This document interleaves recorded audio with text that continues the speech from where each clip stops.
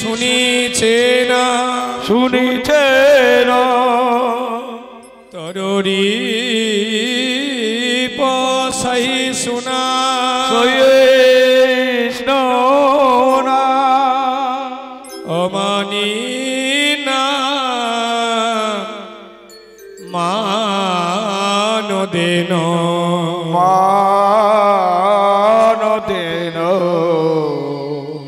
কীর্তনিয়া সদা হরি।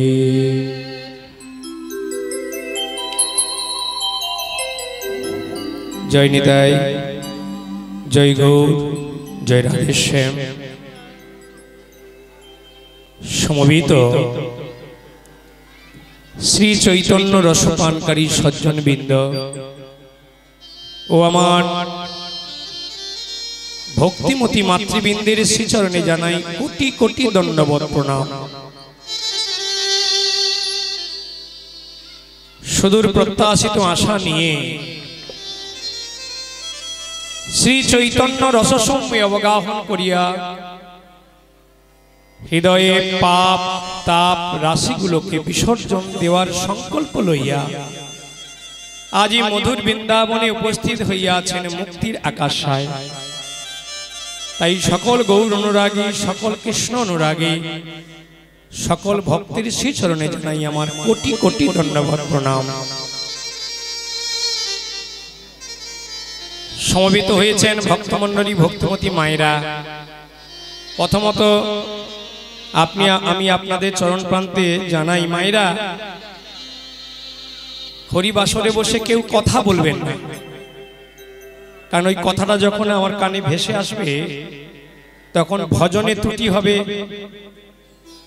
ভাষার গন্ডগোল হয়ে যাবে, তাতে আপনাদের অপরাধ হয়ে যাবে, আমার অপরাধ হয়ে যাবে। এই জন্য আমি আপনাদের চরণ ধরে বলবো, একেবারে নীরবতা পালন করে যে ব্যাসাসনটা আপনারা আসনটা গ্রহণ করেছেন সেই ব্যাসাসনের মর্যাদাকে লক্ষ্য করে আজকের এই বৃন্দাবনে কৃষ্ণ নামামৃত সুধারস পান করবার জন্য মায়েরা বসেছেন। এই যে ব্যাসাসনটিতে বসেছেন মায়েরা, এটা শুধু এক জনমে নয়, ভালো করে শুনুন। বলছে কোটি জন্মা সুকৃতেন লভ্যতে,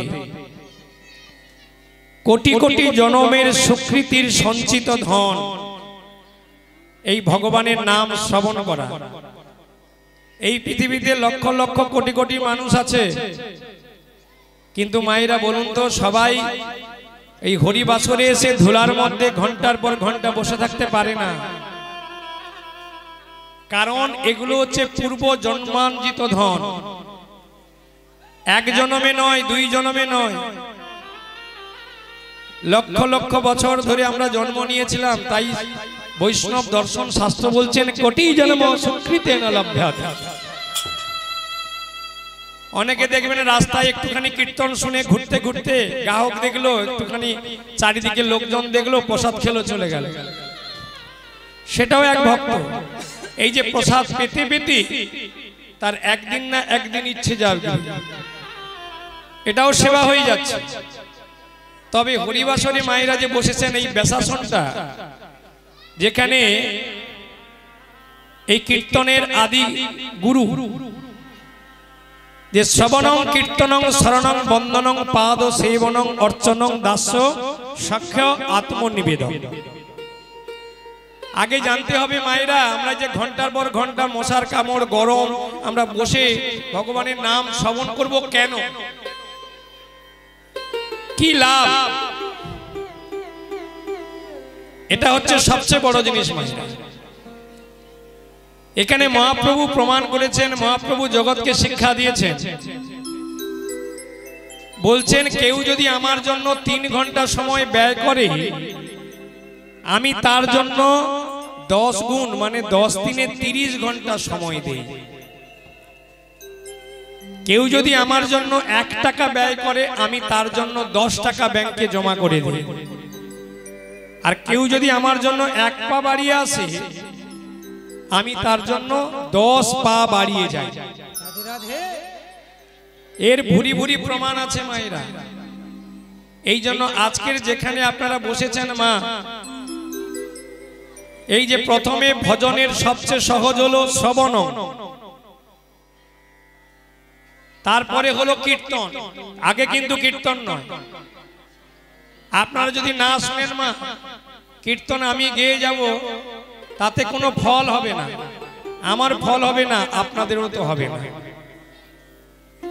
কারণ কীর্তন দেওয়া মানে দেখা গেল মা, কীর্তন হয়তো কেউ একজন দিল কি 10 জন মিলে দিল, কিন্তু কীর্তন এমন একটা জিনিস, মঙ্গলটা কিন্তু শুধু আপনার আমার নয়, যারা কীর্তন দিচ্ছে তাদের মঙ্গল শুধু নয়, সারা গ্রামবাসীর মঙ্গল, আত্মীয় স্বজনের মঙ্গল, দূর দূরান্ত থেকে যে ভক্তরা আসবে তাদেরও মঙ্গল। নিতাই গৌর বিমানন্দে।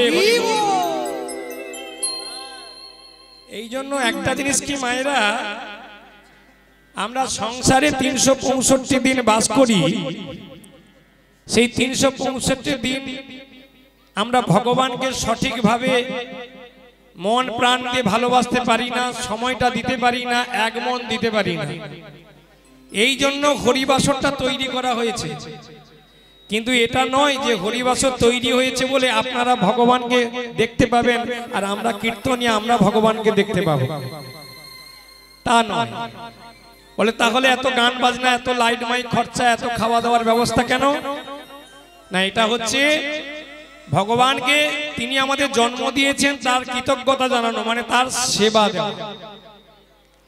তিনি আমাদের এই ধরাধামে পাঠিয়েছে এবং তাকে স্মরণ মনন করলে তাহলে তাকে কৃতজ্ঞতা জানানো হয়।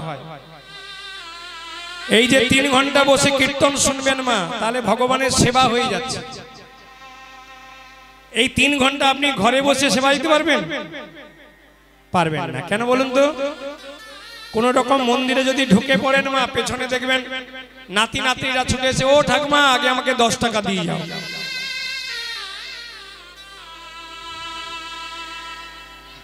কি মায়েরা, তাই না? তাহলে আপনার সেখানে ভগবানের সেবা হবে কি? আপনি একটু মন দিয়ে সবে পুজো দিতে গেছেন, তখন আপনার নাতি এসে বলো, দাদু ঠাকুমা তুমি আগে আসো, আমি স্কুলে যাব, আমাকে 10 টাকা দাও। তাহলে আপনি কি করলেন? পুজো দিতে দিতে ঘন্টা লানা বন্ধ করে রেখে দিও, আগে নাতিকে 10 টাকা দিতে এলেন। আস্তে আস্তে মায়েরা, একদম কথা নয়, আমি কোনো শব্দ চাইছি না, একদম কোনো আওয়াজ যেন না হয়। কারণ এই হরিবাসরে যদি কোনো কথা হয়, আনো কথা একটু আসে, তাহলে 64টা অপরাধ আছে। এত কষ্ট করে হরিবাসরে যেমন উপকার আছে তেমন আবার অপকারও আছে। উপকারটা কতটা আর অপকারটা কতটা আমরা আজকে জানবো মায়েরা। এখানে কি বলছে, এই হরিবাসরে বসে যদি আমরা হরিবোল বলতে পারি তাহলে 1 লক্ষ পাপ ধৌত হয়ে যাবে। দেখুন মায়েরা, বাড়িতে কিন্তু আপনি 1000 বার হরিবোল বলুন, 1 লক্ষ পাপ ধৌত হবে না। কেন না? বাড়িতে ডাকাটা হচ্ছে চাওয়া পাওয়ার ডাকা। আপনি আজকের মন দিয়ে থালায় থালায় সাজাচ্ছেন, কাল মন্দির করছেন, পরশুদিন যদি আপনার ছেলেটা চাকরির জন্য যায়, আপনি ছুটে গিয়ে কাঁদবেন, দয়াময় আমার ছেলেটার জন্য চাকরি হয়ে যায়, আমি তোমাকে এত ভালোবাসি। আর চাকরিটা যদি না হয় তাহলে আপনি আর মন্দিরে ঠিক মতো ঢুকবেনই না। তাহলে সংসারে ভালোবাসাটা হলো চাওয়া পাওয়ার ভালোবাসা মায়েরা। এই যে সংসারটা করে, মন্দির করে, বাড়িতে আমরা ভগবানকে ডাকি, ভগবানকে চাওয়ার জন্য ডাকি। আর হরিবাসরে এসে যখন ডাকবো, এখানে আমাদের চাওয়া নেই। কেন? এখানে সবাই সমান। দেখুন, এই যে এত ভক্ত এসেছেন মা, কারোর 20 বিঘা সম্পত্তি আছে, কারোর কোটি টাকার মালিক আছে, আবার কেউ ভিখারিও আছে, এই একই আসনে বসে আছে। কেন? আপনাদের জ্ঞান হয়ে গেছে এই বৃন্দাবনের ধুলিটা কত মূল্যবান, সেই জন্য আপনারা সবাই এসে ধুলার মধ্যে কোনো ধুলা না ঝেড়ে আপনারা বসে পড়ছেন দামি দামি কাপড় পরে। কেন? আপনারা বুঝতে পেরেছেন যে বৃন্দাবনের ধুলির কত দাম। যে বৃন্দাবনের ধুলি মেখেছিল কে গো মায়েরা? ভক্তের ধুলি মেখেছিল। ভক্তের ধুলি মেখেছিল কে? বলে না ধুলা নয় ধুলি নয় গোপীর পদ রেণু, সেই ধুলো মেখেছিল নন্দে নন্দন কানু। তাহলে ভগবান নিজে আচরি ধর্ম জীবের শেখায়। ভগবান আগে ভক্তের চরণ ধুলি সর্বাঙ্গে মেখে জগৎকে শিক্ষা দিয়েছিল যে একজন ভক্তের চরণ ধুলি মাখলে তাহলে কি হয়েছিল মা? না বাঁকা শ্যাম সোজা হয়ে গিয়েছিল, কালো ছিল ফর্সা হয়ে গেল, মূর্খ ছিল পণ্ডিত হয়ে গেল।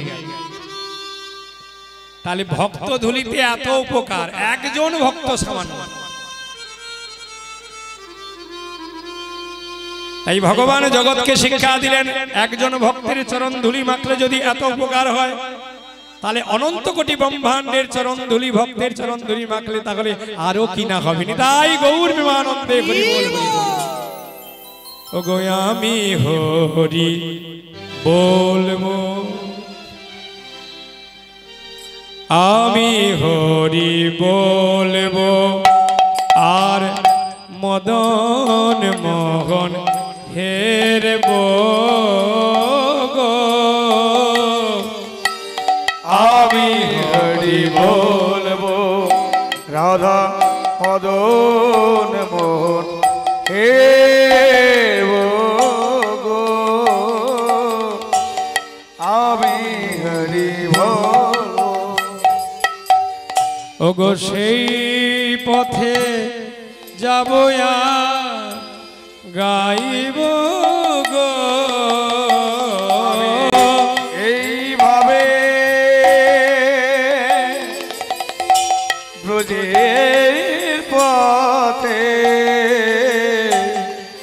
এইভাবে ব্রজের পথে চলবো গো।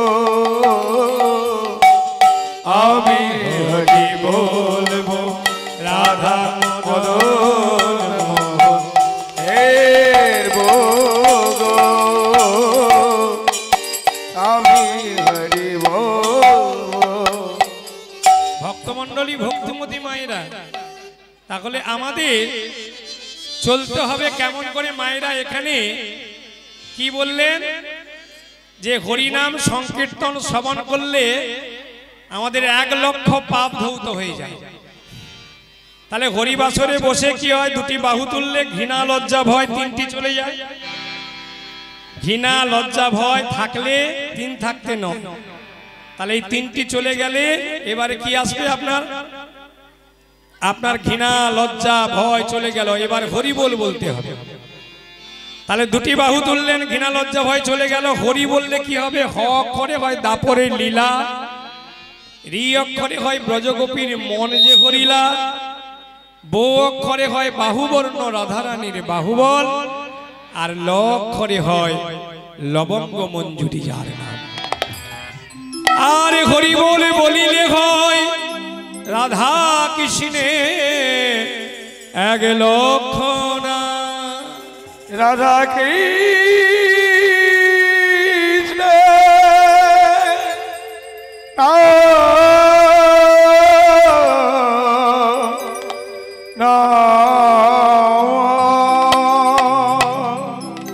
ভক্তমণ্ডলী ভক্তিমতী মায়ের। তাহলে কি বললেন মা? হ অক্ষরে হয় দাপর যুগের যত লীলা। দাপর যুগে যে লীলা করেছেন ভগবান, সব লীলা আপনাদের স্মরণ হয়ে যাবে এই বৃন্দাবনে বসে 2টি বাহু তুলে হরি বলবেন। তাহলে হ অক্ষরে হয় দাপরের লীলা, রি অক্ষরে হয় ব্রজগোপীর মন যে হরিলা, বৌ অক্ষরে হয় বাহুবর্ণ রাধারানীর বাহুবল, আর ল অক্ষরে হয় লবঙ্গ মঞ্জুরি যার নাম। হরি বলে বলিলে হয় রাধা কৃষ্ণের 1 লক্ষ না। 1 লক্ষ